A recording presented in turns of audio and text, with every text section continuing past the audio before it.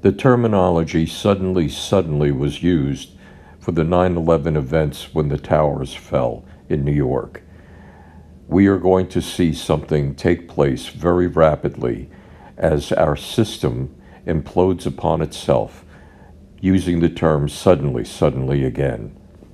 Let's look at a few circumstances that precipitated sudden intervention on behalf of God in the affairs of men.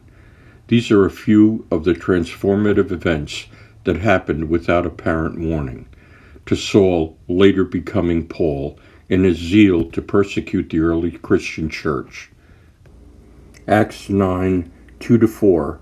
Saul wanted to capture all of the believers he found, both men and women, and drag them as prisoners back to Jerusalem. So he obtained the authorization and left for Damascus. Just outside the city, a brilliant light flashed from heaven, suddenly exploded all around him. Falling to the ground, he heard a booming voice say to him, "Saul, Saul, why are you persecuting me?" Paul spent a lot of time in prison. His message was sought to be censored by the state of Rome. As I write today, I don't think Rome is doing well. I wonder why. When God wants his word to be out there, he can open prison bars, as we see in Acts 16:26. Suddenly, a great earthquake shook the foundations of the prison.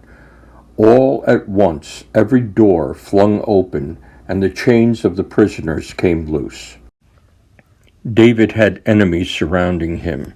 He would write songs dedicated to God with lyrics that poured his plight into the heart of God, so that he might be delivered from his enemies. The following biblical passages will speak for themselves. Psalm 64, verses 1 through 10. Lord, can't you hear my cry, my bitter complaint? Keep me safe from the band of criminals and from the conspiracy of these wicked men. They gather in their secret councils to destroy me. Can't you hear their slander, their lies? Their words are like poison-tipped arrows shot from the shadows. They are unafraid and have no fear of consequences. They set their traps against us in secret. They strengthen one another, saying, "No one can see us. Who can stop us?" They're nothing more than unruly mobs joined in their unholy alliance, searching out new opportunities to pervert justice, deceivers scheming together, their ill-conceived plot as they planned the perfect crime. How unsearchable is their endless evil, trying desperately to hide the deep darkness of their hearts. But all the while, God has his own fire-tipped arrows. Suddenly, without warning, they will be pierced and struck down.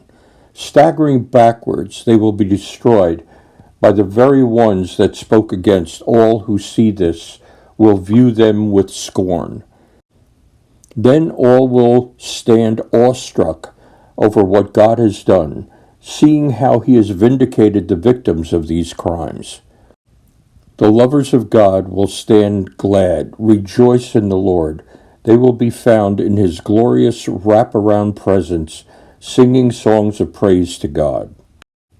Psalm 7, verses 14 and 15. Look at how the wicked conceive their evil schemes. They go into labor with their lies and give birth to trouble. They dig a pit for others to fall into, not knowing that they will be the very ones who will fall into their own pit of failure. For though I did nothing wrong to them, they set a trap for me, waiting for me to fail and fall. Proverbs 6:15. But when calamity comes knocking on their door, suddenly and without warning, they're undone, broken to bits, shattered, with no hope of healing. Save me. Bring me to the spiritual gates of Zion, so I could bring you the shout of praise you deserve. The Lord Yahweh will suddenly arise. He arises to accomplish his strange work, peculiar as it is, the strange work of judgment. There's nothing new under the sun. Man is not a student of the past. Every few decades, he has to be tutored harshly for the demons of vanity, pride, and greed he embraces. In the next few days, you will see the words that were read here that have come from ancient texts, the Bible, fulfilled in your own eyes. Jesus says, "Fear not, I am with you always." God bless you all.